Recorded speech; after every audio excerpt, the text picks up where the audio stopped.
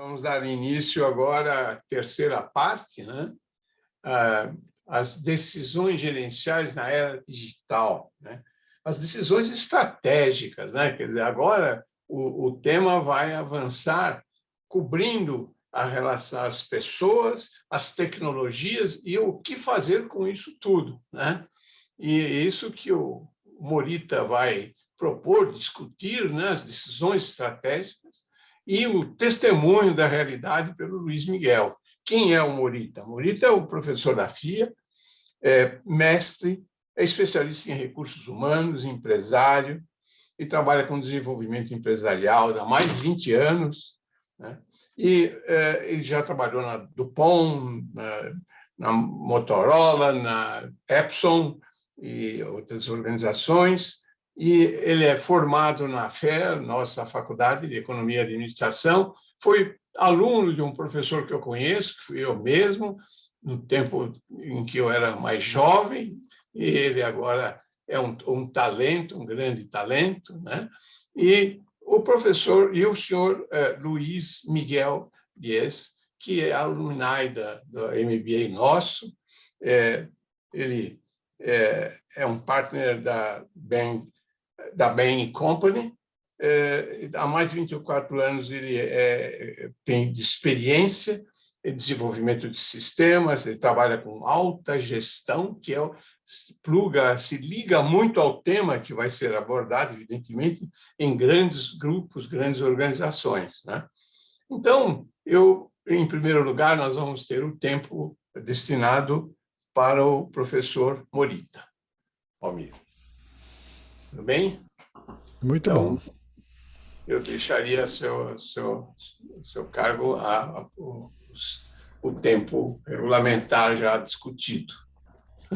No primeiro, queria agradecer o convite, é um prazer estar aqui. O professor Almir Prachedes foi meu conterrâneo na faculdade, e o professor Adelino foi minha inspiração, né? Hoje a gente estava até falando de alguns filmes que ele passava lá na época. Então, com certeza, foi uma inspiração aí para as minhas aulas aí. Então, para começar, essa é uma matéria que eu dou muito lá na FIA. Ontem eu dei essa matéria também. Então, vou começar. Professor Amir, posso quebrar o protocolo aqui? Está sem som, professor. Sem som. Fica à vontade, Morita-san. Fica tranquilo. Tá bom. Então, como o tema é estratégia, eu vou convidar um colega que eu sempre convido para começar minhas palestras aqui. Então, preste atenção e cai na prova isso.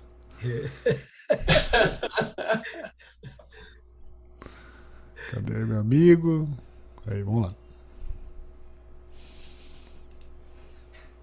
Conceito de estratégia. Não sei se está compartilhando o som, deixa eu ver.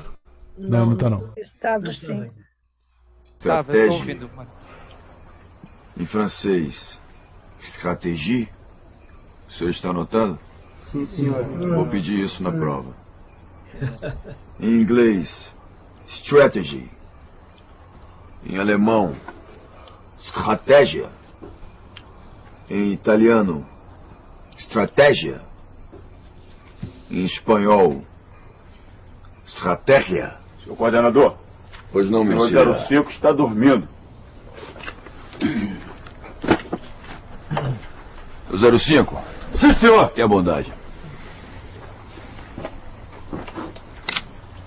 Seu 05, se o senhor deixar essa granada cair, o senhor vai explodir o turno inteiro. O senhor vai explodir os seus colegas, o senhor vai explodir os meus auxiliares, o senhor vai me explodir. O senhor vai dormir, seu 05? Não, senhor. Estamos todos confiando no senhor. Eu vou retomar o raciocínio. O conceito de estratégia, em grego, estratégia, em latim, strategie.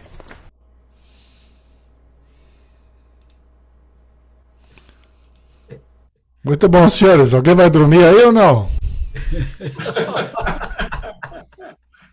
Cadê o senhor Prachedes? O senhor sabe o que é isso aqui, ó? É a granada? É uma granada. Eu já nem tenho o pino dela, Morita. É uma granada. Então, se o senhor explodir, o senhor vai explodir na sua casa, né? Que estamos online, o bazar vai ser seu. Muito bom. Então, e aqui foi bem legal, uma brincadeira na aula do CAP, que eu queria compartilhar, foi muito legal. Isso aqui eu achei demais. Olha o que eles fizeram comigo. Na aula 1, eu apresento o Capitão Nascimento. Na aula 2, eles começaram a aula todos fantasiados também. Achei muito legal, muito legal. Explica o que é CAP, Morita. Ah, sim, o CAP é o nosso curso, né, beneficente da IMB para executivos que estão em transição de carreira. Então é um curso muito legal. A idade aqui da turma, idade média um pouco mais avançada, né, que o MBA, mas são muito participativos, né, tem uma experiência fantástica e acho que é um momento muito legal, uma ação muito, muito legal da FIA, que os alunos saem realmente transformados desse curso. Alguns professores que estão aqui também são professores desse curso. Então, acho que eles podem corroborar o que eu falei aí. Muito bom, então vamos lá. O objetivo aqui hoje, eu alinhei com o Dias, nós vamos fazer um bate-bola. Então aqui o tema é como tomar decisões estratégicas em tempos turbulentos, né? Como criar estratégias em tempos turbulentos. Então nós vamos usar aqui um artigo que o Dias passou para mim, um artigo muito legal da Harvard, e vamos fazer perguntas e respostas. Eu serei o Bial e ele será o meu entrevistado aqui. E para começar, eu queria compartilhar uma atividade que eu fiz aqui na FIA mesmo.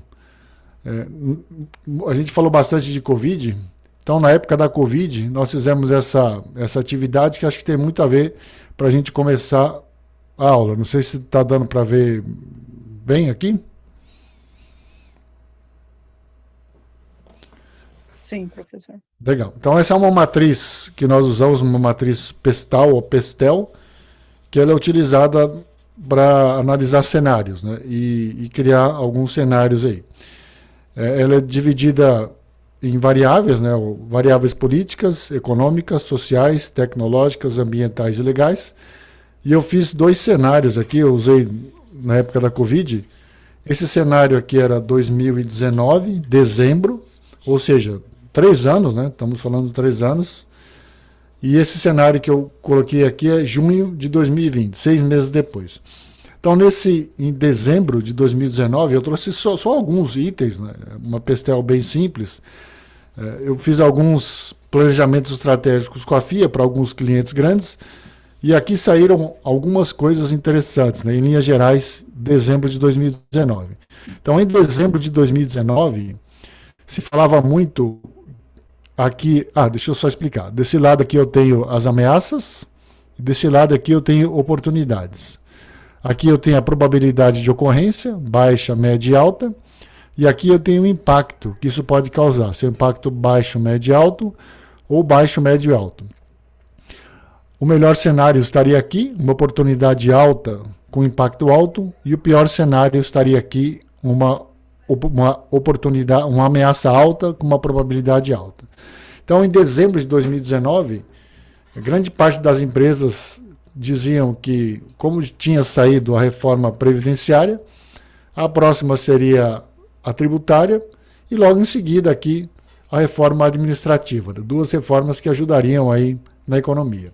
2019, o crédito ele estava bastante bom, né, para as empresas, porque a inflação era muito baixa e os juros eram menor que nós tínhamos atingido ever aí, acho que 2%, alguma coisa assim bem baixa.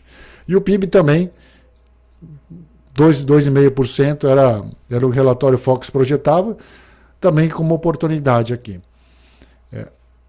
Como oportunidades também, experiência do cliente era algo que os empresários diziam que era importante, mas como o PIB estava crescendo, o crédito também, as reformas iam sair, Eles falavam, bom, vou deixar aqui mais ou menos no meio, que enquanto isso a gente vai vendendo e quando der a gente vai colocando isso aos poucos aí.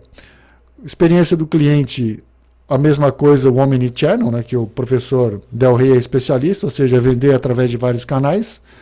Transformação digital, que foi tema da palestra anterior, também estava mais ou menos nesse bolo aqui, que custa dinheiro, leva tempo, então vamos deixar aí no parking lot. Né? Telemedicina também, para o setor médico era algo mais ou menos por aqui, que se falava, e a sustentabilidade também aqui no meio. O ESG talvez não tanta força naquela época, num bolo aqui que as empresas estavam no radar, mas não estavam colocando tanta importância assim. E como ameaças, o cenário era positivo, o dólar tinha batido 4,5, né? Se eu soubesse teria comprado, mas era uma ameaça. E a LGPD também, aqui no radar, né? Não tinha sido ainda promulgada, virado lei, então ameaças aqui que as empresas vinham. Então esse era o cenário 2019, dezembro. Em situações normais de temperatura e pressão, seria isso que teria acontecido em 2020 com pequenas mudanças. Né? Porém, como todos nós sabemos, né, apareceu a Covid aqui como uma ameaça alta e impacto alto. A reforma tributária e administrativa continuaram como oportunidades, porém, de 90% foi para zero. Né? Ninguém falava mais nisso. Por outro lado, empresas que não tinham Omnichannel foram obrigadas a fazer, então saíram aqui de impacto alto, probabilidade alta, mesma coisa para a transformação digital, mesma coisa para a sustentabilidade, né, o greenwashing, que é o falar uma coisa e fazer outra, as pessoas já não acreditavam mais, e a experiência do cliente aqui em cima também, ou seja, de algo intermediário passou para algo obrigatório. A telemedicina também explodiu. Né? Por outro lado, aqui o crédito secou, o câmbio explodiu, e o PIB derreteu, ou seja, tudo que... E a LGPD mais ou menos por aqui, ou seja, em 6 meses, vou diminuir um pouco aqui, tudo mudou. O que era bom ficou ruim, o que era probabilidade alta ficou baixo e o que era oportunidade virou ameaça. Então, com isso, esse panorama colocado, eu queria compartilhar então esse artigo que foi trazido pelo Luiz Dias, achei muito legal, que é exatamente isso, foi publicado em setembro, é novinho, né? Como fazer estratégias em tempos turbulentos. E aqui são mais ou menos 5 passos.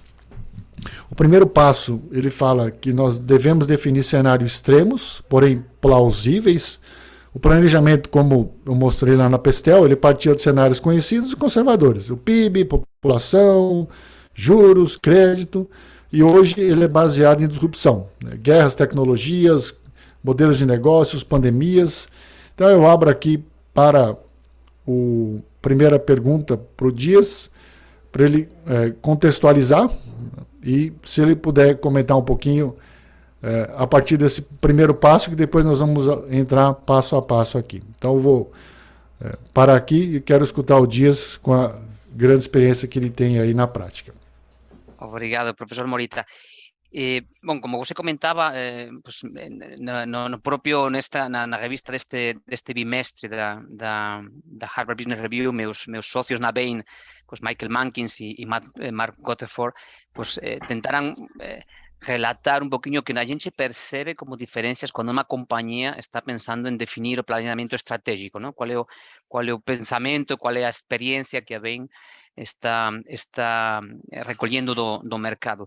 E dos primeiros pontos é precisamente a grande diferença em como as companhias estão definindo sua estratégia ou como deveriam definir sua estratégia. Partindo da visão mais clássica, mais tradicional, que muitas companhias ainda utilizam, mas que está mudando muito, pues as companhias definiam, pues realizamos uma análise de cenários, tinham o cenário worst case cenário, best case cenário, o base cenário, e davam, pues, no máximo, pues, utilizando métodos como Monte Carlo, pues, davam probabilidades a cada desses cenários, mas sempre baseados numa continuidade do negócio atual, pues, numa análise, pues, da evolução prevista no PIB, na evolução da população, por exemplo, em companhias de bens de consumo, companhias de utilities, consumo de eletricidade, de água. Então, era uma análise muito baseada em o histórico e uma previsão de crescimento futuro. Mesmo quando a gente realizava pues, análisis mais disruptivas, pues, de entrada a novos mercados, de pues, um go-to-market mais agresivo, partíamos, en moitos casos, de uma aproximação pues, muito mais tradicional, um clássico where to play, how to win, uma análise muito baseado no passado, con uma tendência a tentar prever o futuro baseado nessa experiência passada, né? E o que a gente está comprovando é que em muitas ocasiões a gente não consegue prever os famosos cisnes negros, não? do Taleb, não conseguimos prever o que vai disruptir, o que vai fazer uma enorme disrupção no mercado e que realmente vai afetar muito o nosso negócio.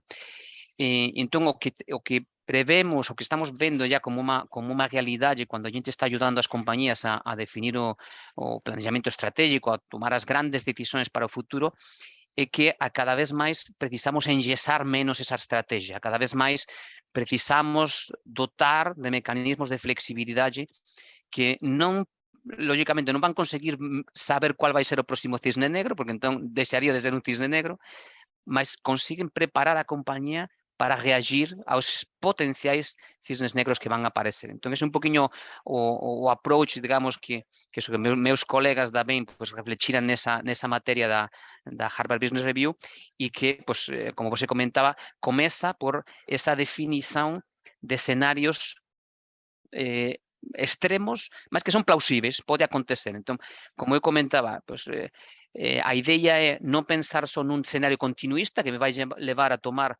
decisões incrementais, me vai levar a manter mais ou menos o statu quo atual e fazer poucas mudanças na minha estratégia e pensar realmente em coisas extremas que podem ter uma certa probabilidade de acontecer e, logicamente, não vou precisar ou não vou conseguir me preparar para todos esses cenários extremos, mas tenho que ver quais decisões são compatíveis com todos esses cenários, me preparariam, quais são esses non-regret moves que vou conseguir predispor ou preparar minha companhia para uma reação rápida. Então, temos alguns exemplos, por exemplo, pues uma companhia de energia na qual a gente trabalhou nos Estados Unidos, que estava numa situação de mercado absolutamente estável, uma situação super tranquila, e começaram a fazer um planejamento estratégico pensando pues, em temas como uma desregularização do mercado elétrico,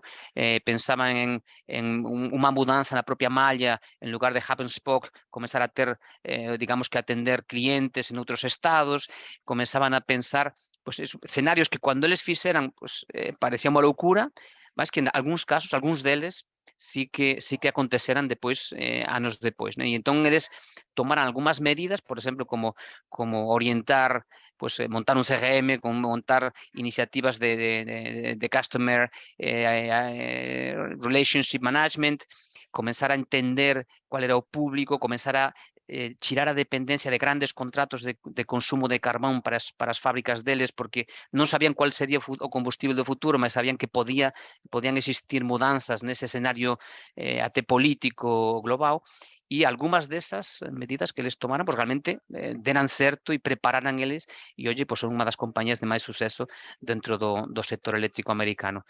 Entón, a idea é iso, non é tentar analizar todos os escenarios e tentar ter unha resposta pronta para todos os escenarios, mas pensar en escenarios fora un poquinho da caixa e pensar en quais son as decisións que eu consigo tomar que me preparan, que me dan maior flexibilidade para ese potencial escenario futuro, né? Colocando tamén un exemplo contrario, unha compañía con a que recentemente traballei aquí no Brasil, unha compañía de bens de consumo, de electrodomésticos, pues eles no pasado pues, tamén tomaron unha decisión até de deseño que parecía moito adecuada, que era pues, traballar con unhas especificacións de mecánicas, pues, de algúns componentes dos electrodomésticos que eles fabricaban que eran únicos, eles decidiran ser absolutamente diferenciais e deseñaran algunhas pezas dos electrodomésticos que eles fabricaban que eran absolutamente de moita cualidade, mas que fixeran eles depender de 3 fornecedores na China. Chegou a pandemia e, de repente, algo que ninguén podía ter imaginado, ficaram sem fornecedores e não conseguiam com alternativa, não conseguiam, pois vou ligar para um fornecedor nos Estados Unidos, na Europa, porque só aqueles 3 que eles tinham na China conseguiam fabricar esse tipo de peças da quais eles dependiam. Então, a ideia é tentar tirar bloqueios e pensar em quais são os cenários extremos, mas potencialmente possíveis, que podem afetar de forma substancial o meu negócio. Legal, obrigado, Luiz. Então, é interessante que não é aquela visão mais do otimista, neutro e pessimista, né? E sim jogar com extremos, né? Se eu estou no monopólio, o que acontece se o meu monopólio acabar e coisas do gênero aí. Muito legal. Então vamos seguir aqui no segundo passo. O segundo passo seria identificar algumas opções estratégicas, né? Ele chama de hedges aí, né? Hedges seria uma proteção, né? Aqui a ideia seria criar alternativas, né? Então, toda vez que você puder criar, quanto mais alternativas, melhor, né? Para você não ficar travado ou fechado numa decisão só. E o exemplo aqui seriam das cadeias globais na Covid, né? Que o Luiz trouxe já alguma coisa, mas eu queria que você explorasse um pouquinho o que são essas opções estratégicas que ele coloca no artigo. Isso. Da mesma forma que falávamos de analisar cenários que sejam mais estáveis, existe também existia uma tendência das companhias a buscar exclusivamente pues, cenários ou decisões futuras, buscar a melhor decisão futura, buscar o que a gente fala de decisões por valor absoluto. A melhor opção estratégica é a que maior valor absoluto, o maior retorno absoluto aporta para a companhia. O que estamos vendo é que no cenário de volatilidade, de incerteza no qual a gente vive, dos fatores mais importantes para avaliar uma alternativa estratégica é precisamente a flexibilidade que permite no futuro. Então, por isso a gente está recomendando e aplicando nas companhias as que asesoramos, estamos aplicando o que chamamos de tomada de decisões por valor relativo, nos quais uma das principais variáveis para avaliar se uma alternativa estratégica é adequada ou não é a flexibilidade, mesmo que não seja a melhor opção, é uma opção que, se as coisas mudam, se o panorama político muda, se o panorama econômico muda, é uma opção que me permite uma maior flexibilidade que outra que pode ser a solução perfeita para o ambiente que conheço hoje. Então, colocar essa variável de flexibilidade e avaliar essas alternativas estratégicas de forma relativa e não absoluta é uma das melhores práticas que a gente está aplicando e com muito sucesso dentro das companhias atualmente na definição estratégica. E colocando alguns exemplos, isto levado à prática, que significa? Pues, por exemplo, conhecemos todos o movimento estratégico que a Walt Disney, por exemplo, um caso público, realizou nos últimos anos, no qual pues, temos aí alguma integração. Isso. É uma companhia que estava apostando muito forte pelo streaming, estava apostando pues, por ser uma grande alternativa a Netflix, então ela apostou nessa alternativa estratégica, mas em paralelo, para caso essa alternativa de streaming não der certo, ela começou a acumular uma quantidade enorme de conteúdos. Ela comprou a Lucasfilms, comprou Pixar, comprou um monte de companhias nas quais ela ia ser produtora de conteúdo, ia ser produtora de filmes, independentemente do canal. Se o streaming dava certo, como está dando certo, ótimo, mas se não der certo, ela tinha flexibilidade, tinha alternativas. Então, essa é um pouquinho essa visão que estamos trasladando às companhias de não se fechar com estratégias que parecem ótimas, mas são rígidas, e dar um valor relativo grande às opções estratégicas que me dão uma maior flexibilidade, né? Legal, muito bom. Então, acho que não só o ROI, né, mas flexibilidade aí seria a palavra-chave. E se nós vemos hoje aí, a Netflix, se nós analisássemos, ontem mesmo eu estava numa aula ali, falando Netflix, né, se nós analisássemos um ano atrás, com certeza ninguém preveria que ela estaria na situação que ela está hoje, né? Verdade.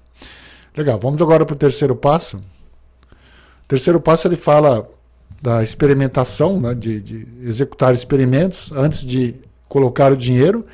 Aqui se fala muito de metodologias ágeis, produto mínimo viável, MVP, prototipação.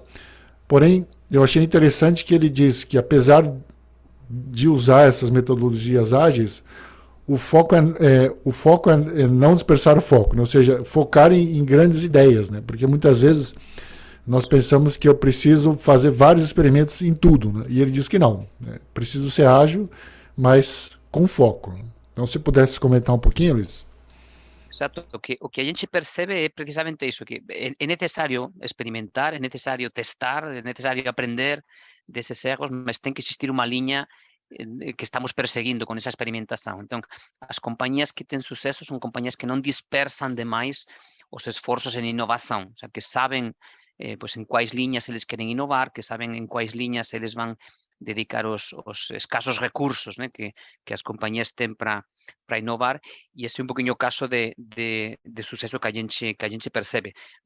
São conhecidos, por exemplo, no mercado, pues, o caso do Prime de Amazon, que pues, trouxe um enorme negócio, mais de 25 bilhões de dólares o ano passado chegaram desse produto em 15 anos, mas a ideia é você tem que experimentar, mas em grandes ideias, em dreamy ideas, que chamava o próprio Jeff Bezos.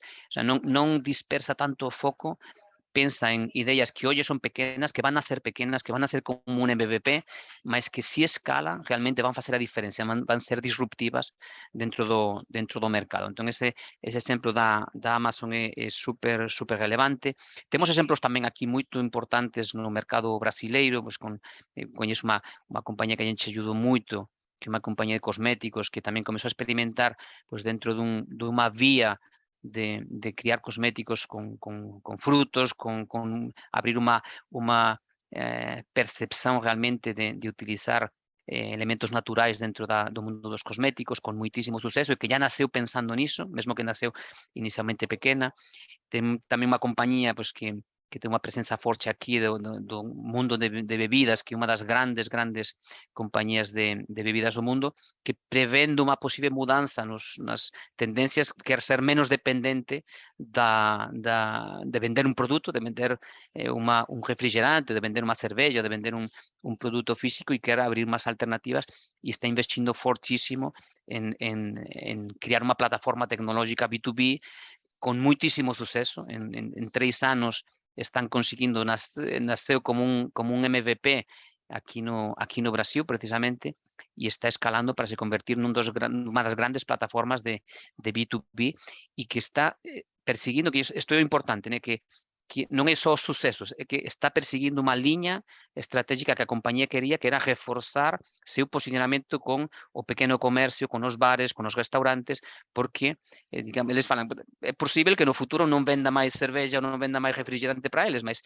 o que eu quero, o grande achivo que eu teño é un relacionamento extraordinario con ese canal, e esa é a grande barreira de entrada que vai permitir que non seja asediado por outros concorrentes, ¿no? Entón, ese investimento en tecnología nasceu iso dun MVP con unha tecnología moito concreta, e escalou moito rápido. O sea, é unha solución que já se está aplicando en máis de 24 países e con un suceso enorme, ¿no?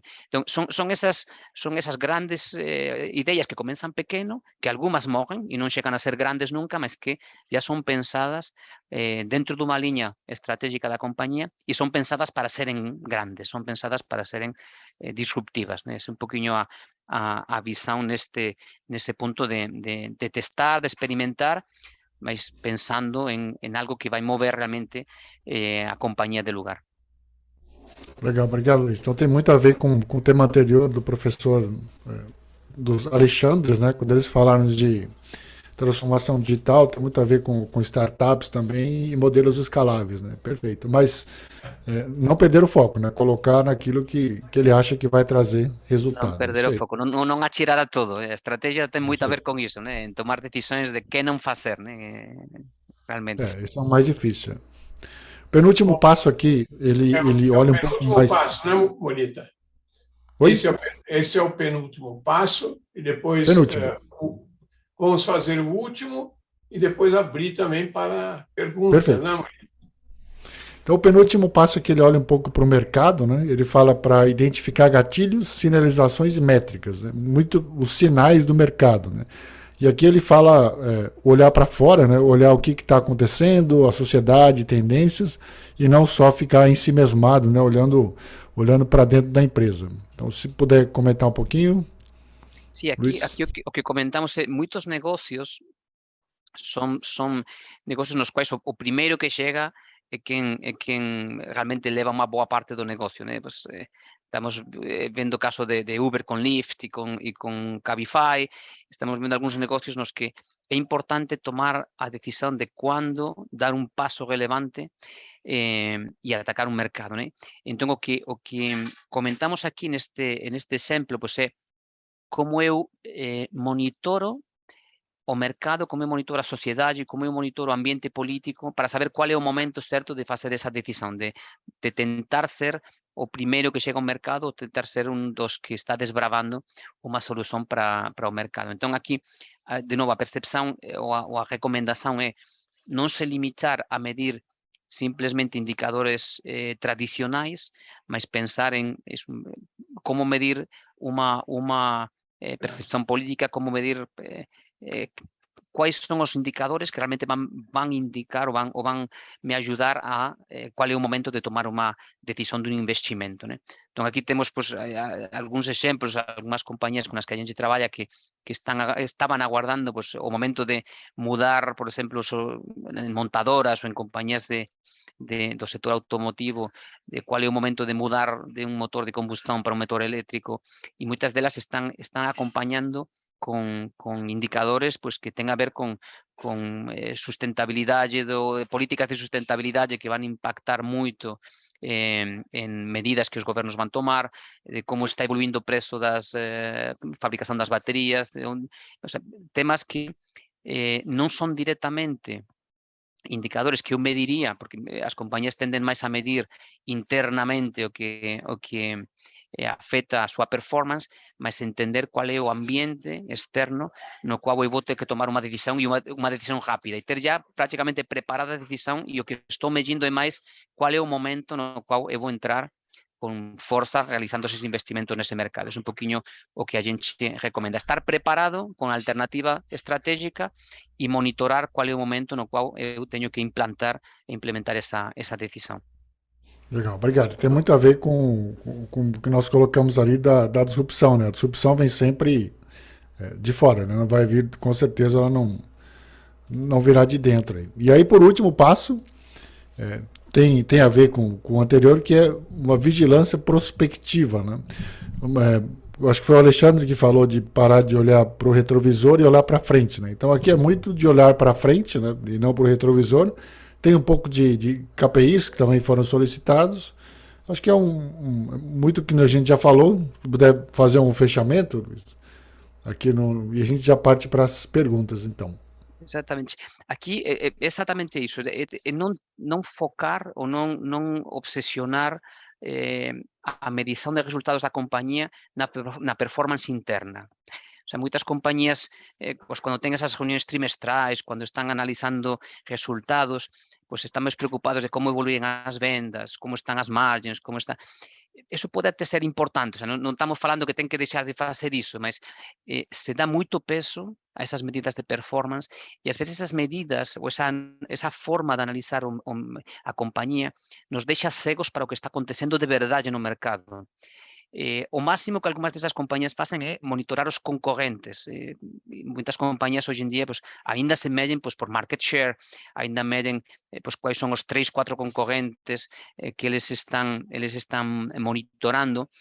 E algo que a gente percebeu nos últimos anos é que é difícil saber qual é meu concorrente, porque meu concorrente pode estar numa plataforma tecnológica que vai escalar e en 3 anos pode acabar co meu negocio, ou pode estar en un negocio que non é o concorrente natural, mas que se transforma e acaba entrando dentro do meu mercado. Entón, o que queremos destacar aquí, a recomendación que a gente está facendo con moito suceso nas compañías é non mede performance, non pregunta só como foran as vendas o mes pasado na área geográfica X ou no produto Y, começa a perguntar que tenho que mudar em função de que está acontecendo na sociedade. Então, a ideia aqui é trazer indicadores que me permitam detectar mudanças no mercado, detectar mudanças nos meus clientes, detectar mudanças no meu modelo de negócio, que me permitam tomar decisões para o futuro mais do que tentar explicar por que a performance não foi tão boa no último trimestre ou no último semestre. Então, é mudar realmente essa visão de tirar, como comentaba muito bem o professor Alexandre, o espelho retrovisor e realmente utilizar métricas que me permitem tomar decisões para o futuro. Essa é a chave das companhias que realmente están percebendo esa mudanza. E o vemos pues, en exemplos concretos. Estamos ayudando, o mes pasado acabamos un proxecto que eu participei dunha grande compañía de medios de pagamento aquí no Brasil, que entendía que o concorrente deles pues, era os tradicionais, né? Unha compañía que tamén ten un apoio enorme dun dos grandes bancos, e eles están percebendo que de repente o negocio deles en 2 anos é outro. Deixou de ser interesante, as margens caíran absurdamente, está nun ambiente absolutamente diferente de concorrencia,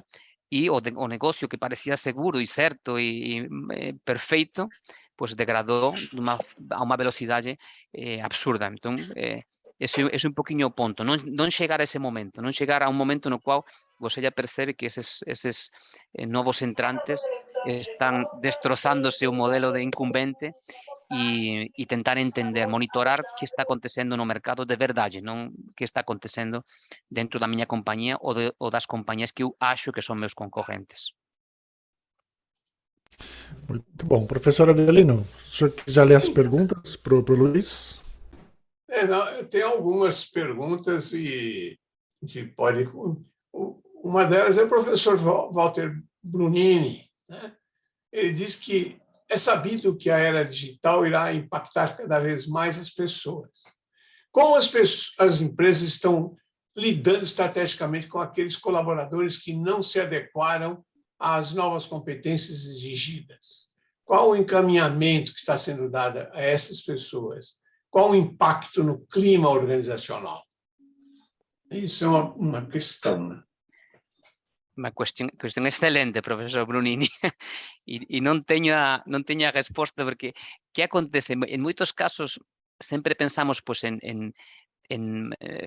o impacto das tecnologias e nas grandes organizações, e pensamos os executivos são os que percebem essa mudança e são os primeiros pues, que definem planos de mudança para o pessoal, mas o que encontramos em algumas das medidas que eu comentei que estamos aplicando dentro da BEM e que o problema está na cabeça, é que o problema muitas vezes está em como esses próprios executivos do CEO e de todo o C-Level, como eles enxergam o mercado. Então, uma das grandes dificuldades, engraçado, que estamos tendo é como conseguir que ese primeiro nível das companhias perceba que esta nova forma de entender o mercado é a necesaria, né?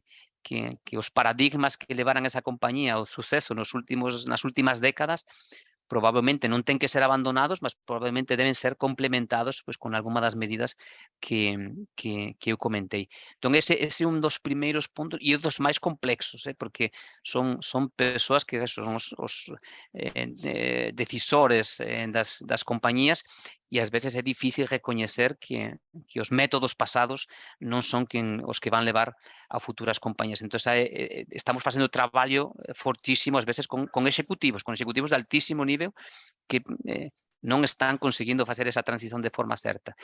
E sí que, en outros casos, pues, digamos, con o resto das persoas da compañía, sí que existe moita resistencia en moitos casos e a gente pues, ten definido programas de treinamento, programas de gestión da mudanza que tentan pues eso, atacar esa posible resistencia e tentar transmitir para eles a confianza de que en ningún caso estas novas tecnologías ou estas novas definições estratégicas implican claramente ou de forma automática pues, en unha substituição de pessoas por máquinas, ao contrário, o sea que realmente em muitos casos estamos vendo que está permitindo liberar talento para áreas, pues, como por exemplo a área de tecnologia, que o Rafael conhece muito bem, nas quais está faltando talento e está o país inteiro e as empresas, lógicamente, pues, precisando de muito talento. En muitos casos é facer ver iso, que é necesaria unha transición nas persoas